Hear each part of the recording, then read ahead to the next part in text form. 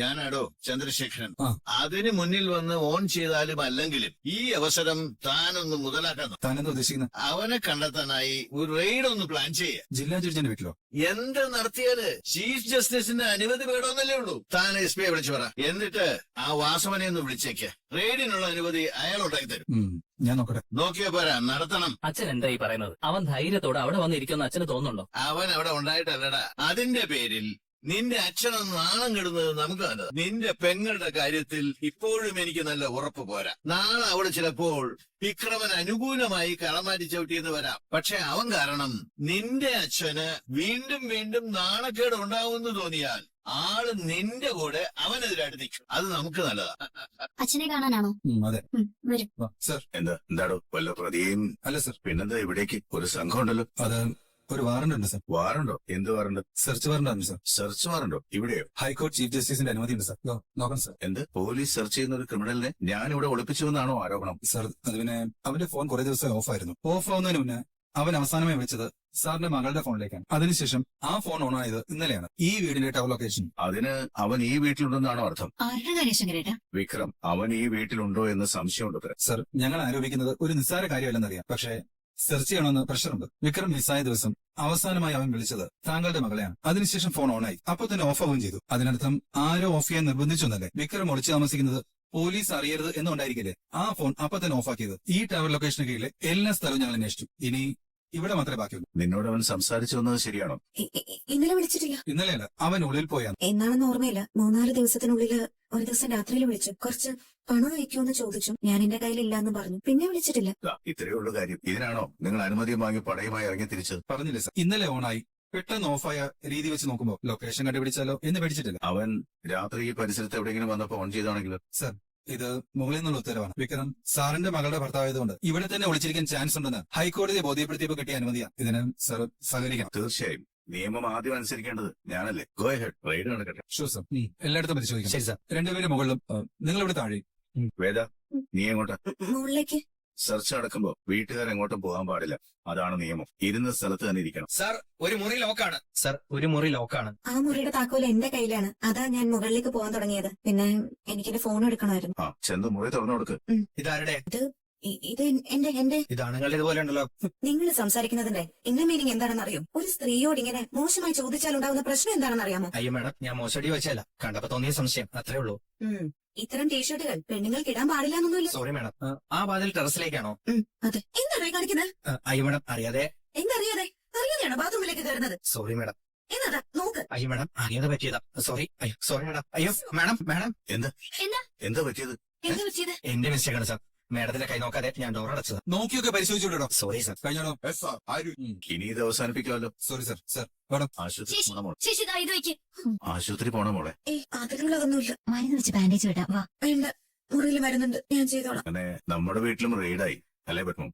ഇനിയും എന്തൊക്കെ കാണാനിരിക്കുന്നു. ഹലോ. അതെ. ശരി. ഒരു പ്രശ്നമില്ല. ഓക്കെ. CA വീട് മുഴുവൻ പരിശോധിച്ചു. അവനെ കിട്ടിയില്ലാന്ന്. കിട്ടില്ലെന്ന് നമുക്കറിയാലോ. അങ്ങനെയാണെങ്കിൽ അവൻ അവിടെ വന്ന് പോയത് എന്തിനായിരിക്കും?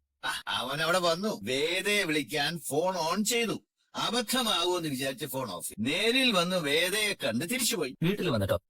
എന്താ അങ്ങനെ സംഭവിച്ചൂടെ? സാധ്യതയില്ല. അവിടെ അത്ര ആളുകളുള്ളപ്പോ. അതിനല്ലേ അവൻ രാത്രി സമയത്ത് അവിടെ വന്നത്.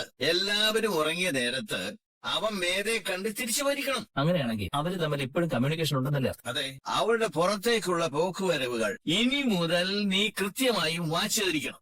അവൾക്കും കൂടി അറിയുന്നുള്ള സ്ഥലത്തായിരിക്കണം വിക്രം ഇപ്പോ ഒളിച്ചു താമസിക്കുന്നുണ്ടാവുക.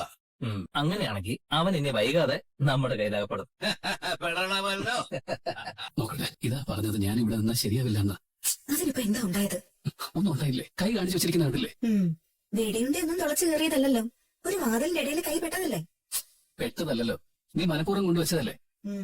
ഇല്ലായിരുന്നെങ്കിലേ അവര് വന്ന് കണ്ടുപിടിക്കില്ലായിരുന്നോ? ആ സ്റ്റോർ റൂമിൽ പോയി ഇരുന്നാ മതിയായിരുന്നു. അവിടെ എന്താ അവരന്വേഷിച്ചു വരില്ലേ? ഇതിപ്പോ ഇങ്ങനൊരു ഡ്രാമ കളിച്ച് ഇഷ്യൂ ആക്കിയതുകൊണ്ടാ അവര് തിരച്ചിൽ അവസാനിപ്പിച്ച് തിരിച്ചു പോയത്. ഇത്തരം പ്രശ്നങ്ങൾ ഒഴിവാക്കാനാണ് ഞാൻ പോവാന്ന് പറഞ്ഞത്. വെടിയേറ്റ് കാനയിൽ കിടക്കുമ്പോ എനിക്ക് ലൊക്കേഷൻ അയച്ചു തന്നത് ആര്? വിക്രമല്ലേ? ആ നിമിഷം മുതൽ വിക്രമിന്റെ ജീവൻ എന്റെ ഉത്തരവാദിത്വമായി. അത് നിറവേറ്റല്ലേ ഞാൻ ചെയ്യേണ്ടത്. അല്ലെങ്കിൽ വിക്രം എനിക്ക് ആ ലൊക്കേഷൻ അയച്ചു തരാൻ പാടില്ലായിരുന്നു. അപ്പൊ അതാണ് ഞാൻ ചെയ്ത തെറ്റ്. തെറ്റല്ല, ശരി. ഭാര്യയെ കൃത്യസമയത്ത് വിവരം അറിയിക്കുക എന്നത് ഒരു ഭർത്താവ് എന്ന നിലയിൽ വിക്രമിന്റെ കടമയാണ്. വിക്രം അത് ചെയ്തു. പക്ഷെ ഇവിടെ വെച്ച് വിക്രം മറ്റൊരു വലിയ തെറ്റ് ചെയ്തു. ആ ഫോൺ ഇന്നലെ ഓണാക്കി. ഞാൻ പറഞ്ഞതല്ലേ അത് ചെയ്യരുതെന്ന്. അതാണോ അവര് വരാനുള്ള കാരണം? നിങ്ങളുടെ ഫോൺ ഈ ട്രാവൽ ലൊക്കേഷനിൽ വെച്ച് ഓണായിന്ന് അവരറിഞ്ഞു. ഈ പരിസരം എന്ന് പറയുമ്പോ ഇവിടെ ആയിരിക്കുമെന്ന് അവർക്ക് തോന്നി. അവര് വന്നു, അത്രേ ഉള്ളൂ. അവരപ്പോ അത്രയ്ക്ക് വാച്ച് ചെയ്യുന്നുണ്ടായിരുന്നു അല്ലേ? അതല്ലേ ഫോൺ ഓണാക്കരുതെന്ന് ഞാൻ പറഞ്ഞത്. അവരത് ചോദിച്ചപ്പോ എന്തു പറഞ്ഞു? എന്റെ നമ്പറിലേക്ക് ഒരു കോള് വന്നു, അത്രേ ഉള്ളൂ എന്ന് പറഞ്ഞു. നിന്റെ അച്ഛനെന്ത് പറഞ്ഞു? ആദ്യം അച്ഛൻ അവരോട് ചൂടായി. പക്ഷെ അവസാനം പരിശോധിച്ചോളാൻ അച്ഛൻ തന്നെയാ പറഞ്ഞത്. എന്നെ എങ്ങാനും അവരുടെ കൈ കിട്ടിയിരുന്നെങ്കിൽ നിന്റെ അച്ഛൻ നാട് മുഴുവൻ നാറിപ്പോയനെ. ഞാനൊരു തെറ്റിനെ അല്ല സംരക്ഷിക്കുന്നത്. ചെയ്യാത്ത കുറ്റത്തിന് വേണ്ടി ഒരാളെ വിട്ടുകൊടുക്കില്ല എന്നുള്ളൊരു വാശിയേ എനിക്കുള്ളൂ. അത് ഞാൻ പ്രാർത്ഥിക്കുന്ന ദൈവങ്ങൾക്കറിയാം. അതിന് ഇത്രമാത്രം വേദനിക്കണോ? നമ്മളെ ചിരിച്ച നിമിഷങ്ങൾ പെട്ടെന്ന് മറന്നുപോകും. പക്ഷേ വേദനിച്ച നിമിഷങ്ങൾ ഓർമ്മയിൽ തങ്ങി നിൽക്കും. പിന്നീട് അതിനെപ്പറ്റി ആലോചിക്കുമ്പോ ആ വേദനയും ഒരു സുഖമായിട്ട് തോന്നും. ഇതും അങ്ങനെയാവട്ടെ അല്ലേ? വിശ്വട്ടാ അച്ഛൻ വിശ്വം എന്താ ഉണ്ടായത്? നമുക്കൊരു നെഞ്ചുവേദന വന്നു. ഡോക്ടറിനെ ഇങ്ങോട്ട് മാറ്റി. വേറെ പേടിക്കാനൊന്നുമില്ല. ഇവിടെ എന്താ? കമല ഒന്ന് കാണണം. വരൂ. കമല, ഞാനൊന്ന് ഫ്രഷ് ആവാൻ വേണ്ടി വീട്ടിലേക്ക് പോയതാ. ഒന്നുമില്ല മാഷെ, ഒരു ചെറിയ നെഞ്ചുവേദന, അത്രേ ഉള്ളൂ. ECGയിൽ ചെറിയൊരു വേരിയേഷൻ ഉണ്ട്. ആൻജിയോഗ്രാം ചെയ്യാൻ വേണ്ടി ഇങ്ങോട്ട് മാറ്റിയതാ. ബ്ലോക്ക് ഒന്നുമില്ല. കാര്യങ്ങളൊക്കെ ചോദിച്ചറിഞ്ഞു. ടെൻഷനും സ്ട്രെസ്സും കൂടിയിട്ടാ. ഏതായാലും 2 ദിവസം ഒബ്സർവേഷനിൽ കിടക്കട്ടെ, എന്നിട്ട് പോവാം. ശരി. മാഷ് പേടിച്ചോ? വിശ്വം വിളിച്ചപ്പോ ഞാൻ കുളിക്കായിരുന്നു. ഫോൺ എടുത്തത് വിനായകനാ. അവൻ എന്നോട് പറഞ്ഞത് അമ്മയ്ക്ക് അറ്റാക്ക് വന്നോന്നായിരിക്കുമല്ലേ? എന്നിട്ട് അവനെവിടെ? നന്ദിനിയും കൂട്ടി വരുന്നുണ്ട്. അറിഞ്ഞപാടെ ഞാൻ ഓടിഞ്ഞു പോന്നു. പേടിക്കണ്ട മാഷെ, ഇത്രയും സങ്കടങ്ങളുള്ളപ്പോ അത് മുഴുവൻ അനുഭവിക്കാൻ മാഷെ ഒറ്റയ്ക്ക് വിട്ടിട്ട് ഞാൻ പോവില്ല മാഷെ. ഉം. എനിക്ക് വിക്രമിനെ ഒന്ന് കാണണം തോന്നുന്നു. പക്ഷെ എന്ത് ചെയ്യാനല്ലേ? അവൻ വരും കമല, വരും. അവന്റെ കേസ് തെളിയണം മാഷെ. എന്നിട്ട് അവനും വേദന ഒന്നിക്കണം. ഇന്നലെ രാത്രി ഞാനൊരു സ്വപ്നം കണ്ടു. ഇവിടെ നിന്നൊക്കെ മാറി ഏതോ ഒരു സ്ഥലം, കുറെ മൊട്ടക്കുന്നുകളും മരങ്ങളും ഒക്കെ ഉള്ള നാട്. അവിടെ നമ്മൾ രണ്ടാളും വേദയും വിക്രമും. നമ്മുടെ കൂടെ വേറൊരാളെ കൂടിയുണ്ട്, അവരുടെ കുഞ്ഞ്. അധികം സംസാരിക്കണ്ടോ? അങ്ങനെ ഒരു ദിവസം വരും. നീ ഇപ്പോ സമാധാനത്തോടെ റെസ്റ്റ് ചെയ്യ്. അച്ഛനെ വിളിക്കരുത് കേട്ടോ. വിളിച്ചാൽ നീ എന്ത് ചെയ്യും? അറിയണോ? ഒന്നുകൂടെ വിളിക്ക്. അത് പിന്നെ അച്ഛൻ എന്നല്ലേ വിളിച്ചത്. തന്താന്ന് വിളിച്ചാലല്ലേ കുഴപ്പമുള്ളൂ. അച്ഛൻ നല്ല വാക്കല്ലേ. ചുറ്റും ആളുകൾ വേട്ടയാടാൻ നടക്കല്ലേ മോളെ? എങ്ങനെ സമാധാനത്തോടെ ഇരിക്കും? അന്ന് സമാധാനത്തോടെ ഇരുന്നോളും. ഒരു വേട്ടക്കാരനും വിക്രത്തെ ഞാൻ വിട്ടുകൊടുക്കില്ല. വിക്ര എന്റെ കൂടെയുണ്ട്.